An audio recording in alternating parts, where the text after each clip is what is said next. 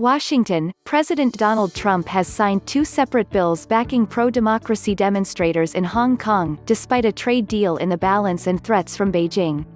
The House and Senate passed both bills last week nearly unanimously. One law requires the State Department to certify annually that China allows Hong Kong enough autonomy to guarantee its favorable trading status. It threatens sanctions on Chinese officials who do not. The second bill bans the export of tear gas, pepper spray, rubber bullets and other non-lethal ammunition to Hong Kong police. Beijing has threatened unspecified countermeasures if Trump signed the bills, saying the U.S. is interfering in China's internal affairs. The negative consequences will boomerang on itself, China warned. But Trump, appearing on Fox News late Tuesday, called Chinese President Xi Jinping a friend of mine. "He's an incredible guy. I signed these bills out of respect for President Xi, China and the people of Hong Kong," Trump said in a later statement.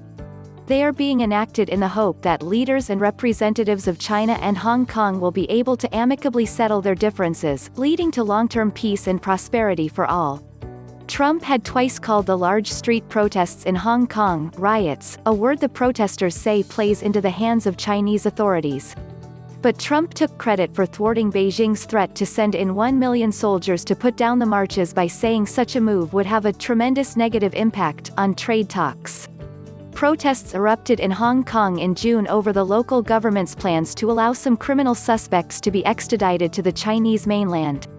Hong Kong withdrew the bill in September, but the street protests have continued, with the demonstrators fearing Beijing is preparing to water down Hong Kong's democracy and autonomy, nearly 30 years before the ex-British colony's special status expires.